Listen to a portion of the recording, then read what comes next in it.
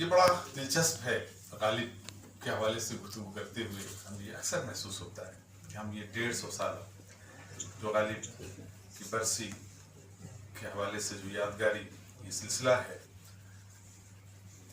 150 سال کا عرصہ گرچہ قوموں کی زندگی میں، زبان اور ادب کی زندگی میں بہت بڑا عرصہ نہیں ہوتا، 150 سال کا عرصہ بہت بڑا عرصہ نہیں ہوتا، لیکن ہم کیا کہیں کہ اسی 150 سال میں ہماری زبان کو، ہمارے ادب کو ایک قیامت سے گزرنا پڑا۔ ہم جن حالات سے گزرے ہیں اور جہاں موجود ہیں اس وقت ظاہر ہے کہ ان حوالوں سے اگر ہم دیکھیں تو غالب کی جو اہمیت ہے وہ اس لیے بھی اور زیادہ بڑھ جاتی ہے کہ غالب وہ شاعر ہے کہ ان نامساعد حالات کے باوجود، اس زبان پر گزرنے والی قیامت کے باوجود غالب کی تابانی میں کمی نہیں ہے۔ غالب آج بھی اسی طرح روشن مینار کی طرح کھڑا ہے اپنی جگہ، ایک ایسے روشن مینار کی طرح کہ جس میں کوئی دوسرا ثانی نظر نہیں آتا اس کا۔ آج وہ ایک مشعل جاویداں کی طرح بھی ہے، فکر و جمال کی اس مشعل کی طرح جو کبھی نہ بجھ سکنے والی مشعل ہے۔ غالب کی حیثیت اس مشعل جاویداں کی سی۔ غالب کو سمجھنے کی جب کوششیں ہوتی ہیں تو اکثر ایسا محسوس ہوتا ہے غالب فہمی کے حوالے سے، غالب شناسی کے حوالے سے، کہ غالب کا معاملہ کچھ ویسا ہی ہے جیسے جگنو اور بچے کا معاملہ ہوتا ہے۔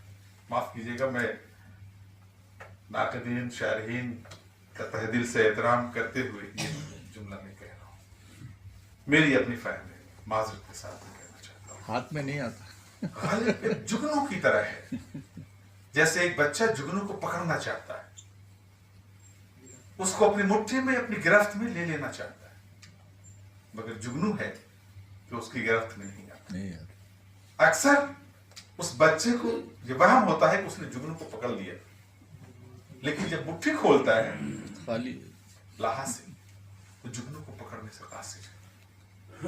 غالب کا معاملہ بھی کچھ ایسا ہی ہے۔ بہت اچھی مثال ہے۔ ہر شاعر، ہر ناقد کوشش کرتا ہے اپنی بساط پر کہ وہ غالب کو اپنی گرفت میں لائے۔ تفہیم غالب کے حوالے سے اس کی کوشش ہوتی ہے کہ وہ غالب کو اپنی گرفت میں لا سکے، غالب کی تفہیم کر سکے، مکمل غالب شناسی کا جو فرض ہے وہ ادا کر سکے۔ لیکن حقیقت تو یہ ہے کہ غالب جگنو کی طرح ہر شاعر، ناقد کی مٹھی سے نکل جاتا ہے۔ ہم غالب کی شاعری، اس کی فکر، اس کی شخصیت کے چند پہلوؤں کو ہی سمیٹ پاتے ہیں۔ مکمل تفہیم غالب کا دعویٰ میرا خیال یہ ہے کہ آج تک کوئی ناقد یا شاعر نہیں کر سکتا ہے، اور اگر کرتا ہے تو وہ دعویٰ جھوٹا ہے، وہ درست دعویٰ نہیں ہے۔ کیونکہ آج بھی آپ نے دیکھا جو پرچے پڑھے گئے ہندی والوں کے حوالے سے، اردو کے حوالے سے، تک محققین کے حوالے سے، گیان چند جین کے حوالے سے، بہت دور دور کی کوڑیاں لانے کی کوشش کی لوگوں نے، لیکن ہر آدمی یہی کہتا ہے کہ ممکن نہیں، یہ ضروری نہیں کہ غالب کا یہی مقصد رہا ہو۔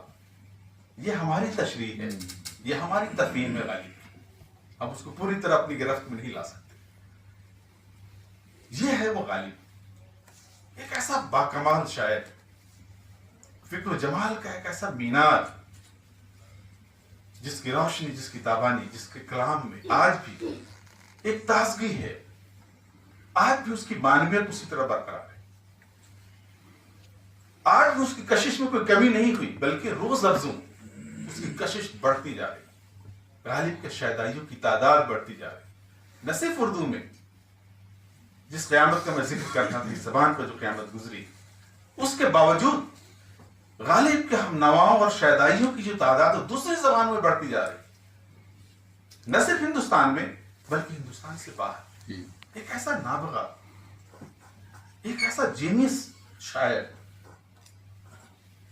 اگر آپ غالب کی شاعری کا، اس کی فکر، اس کی شخصیت کا اگر آپ جائزہ لیں تو میری نگاہ میں دو ایسے پہلو ہیں جو غالب کو غالب بناتے ہیں۔ ایک تو غالب کی جو شخصیت تھی وہ حساس تھی، ایک عہد کو بنانے والی شخصیت، ایک عہد کو پیدا، ایک بڑی تہذیب، ایک بڑی پرشکور تہذیب ختم ہو چکی تھی، ملبے میں تبدیل ہو چکی تھی، صرف اس کی باقیات رہ گئی تھی۔ بہادر شاہ ظفر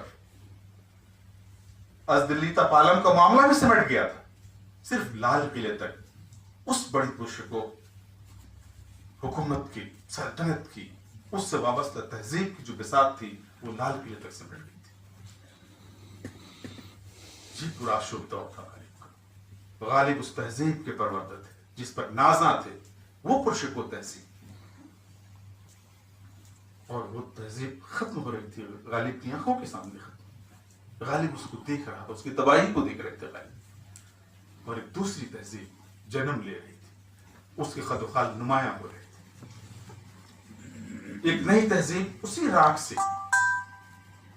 ایک نئی تہذیب اس کے بطن سے پیدا ہو رہی تھی، ایک نیا دور پیدا ہو رہا تھا، ایک نئی ثقافت پیدا ہو رہی تھی، ایک نیا عہد جنم لے رہا تھا اسی راگ سے۔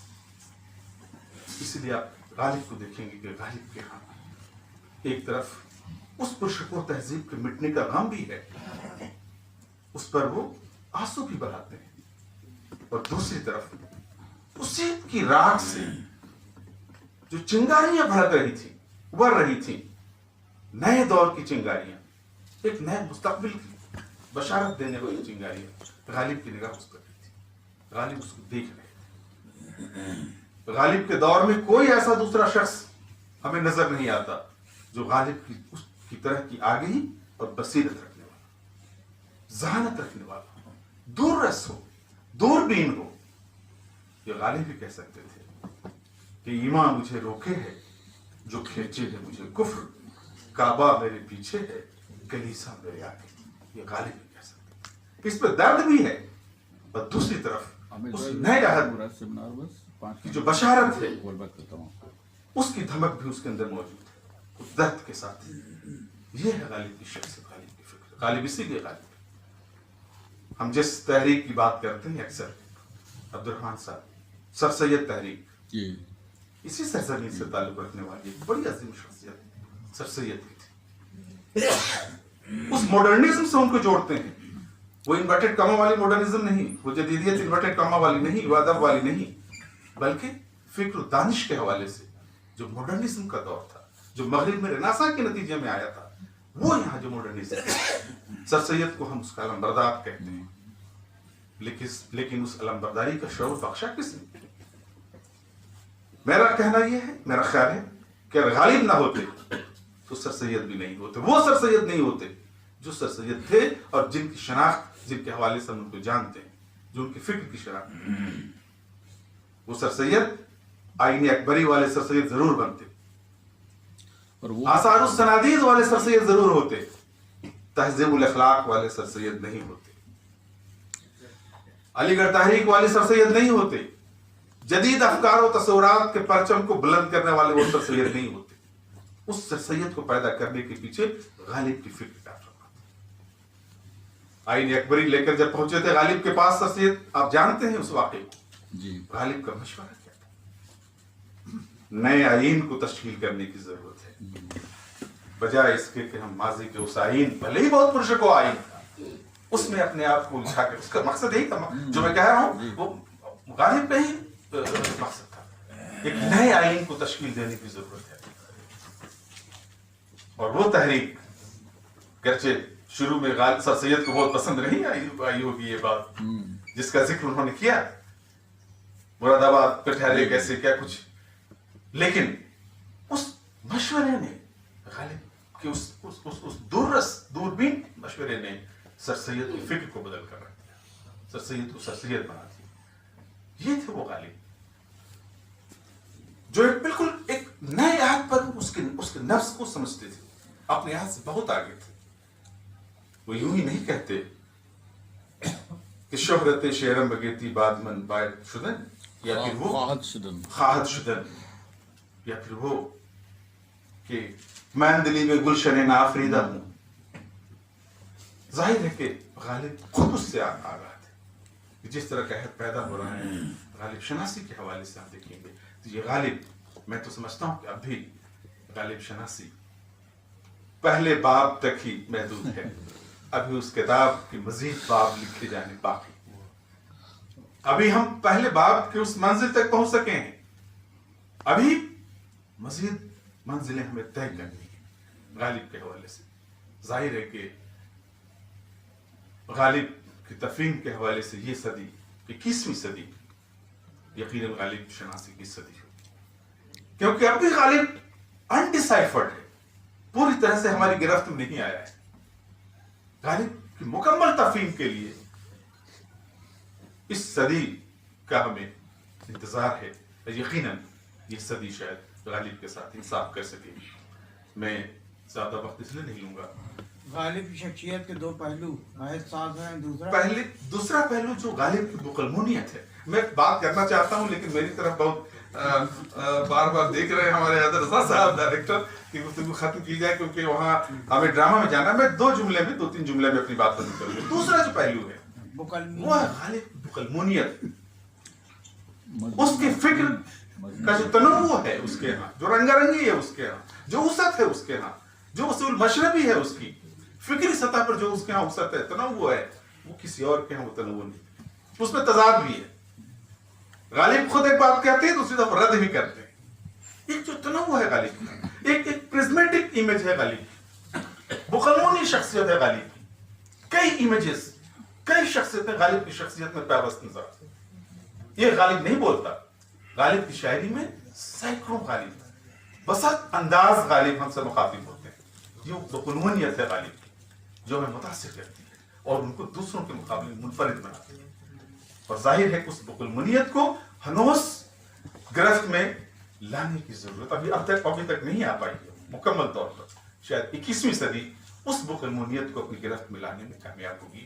اس خواہشات کے ساتھ مبارکباد دیتا ہوں میں اپنے دوست جناب رضا حیدر صاحب کو، غالب انسٹیٹیوٹ کو، کہ انہوں نے اس صدی میں غالب کی یادگاری تقریبات کا جو سلسلہ ہے اس کا آغاز کیا ہے آپ نے.